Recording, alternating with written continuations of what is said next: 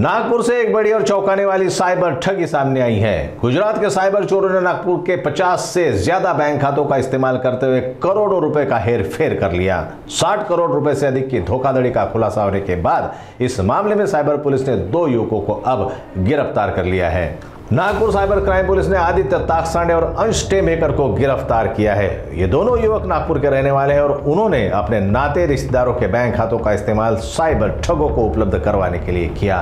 Police जांच में सामने आया है कि इन खातों का इस्तेमाल करके करीब 50 से 60 करोड़ रुपए के संदिग्ध लेन देन किए गए। इनमें से कई ट्रांजैक्शन हवाला, ऑनलाइन गेमिंग और डिजिटल फ्रॉड से जुड़े हुए हैं। इस पूरे रैकेट का खुलासा तब हुआ जब एक रिश्तेदार ने अपने बैंक खाते में संदिग्ध गतिविधि देखी और पुलिस से संपर्क किया। गिरफ्तार आरोपियों ने कबूल कर लिया है कि उन्होंने 25-25 खाते साइबर ठगों को दिए थे।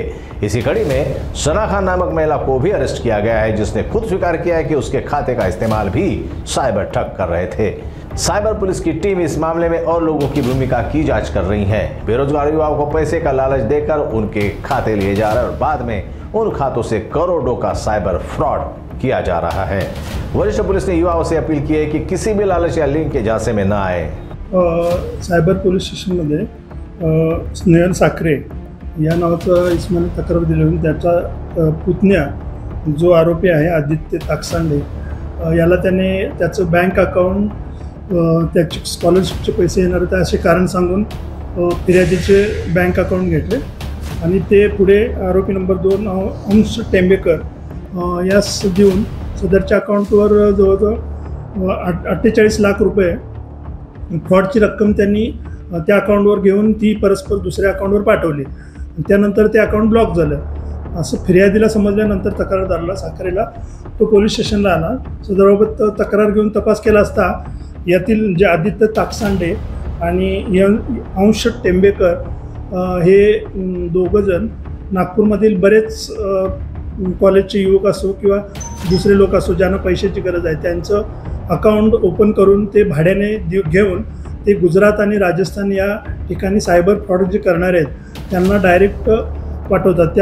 त्यामध्ये पूर्णपणे त्याचं बँकेचं किट असतं, ATM असतं, मोबाईल नंबर असतो आणि इतर पासबुक वगैरे हे सर्व गोष्टी असतात चेक। आणि त्याबाबत आम्ही त्या दोघांना अटक केलं आहे। सदरबाबत माननीय पोलीस आयुक्त असो आणि माननीय आमचे DCP साहेब यांच्या मार्गदर्शनाखाली तपास चालू असून सदर आरोपींना पोलीस कस्टडीमध्ये घेऊन त्यांनी आणखी किती यापूर्वी अकाउंट्स असे नागपूरमधील गुजरात आणि राजस्थान किंवा इतर राज्यामध्ये फ्रॉड करण्यासाठी पाठवले, त्यावर किती रक्कम घेऊन ट्रान्झॅक्शन ब्लॉक झालेत, किती रकमेचं ट्रान्झॅक्शन आहे किंवा नागपूरमधील कुणाकुणाची ट्रान्झॅक्शन आहेत याबाबत तपास करण्याचा असल्याने त्यांना पोलीस कस्टडी घेऊन पुढील तपास आम्ही करत आहोत सायबर पोलीस टीम।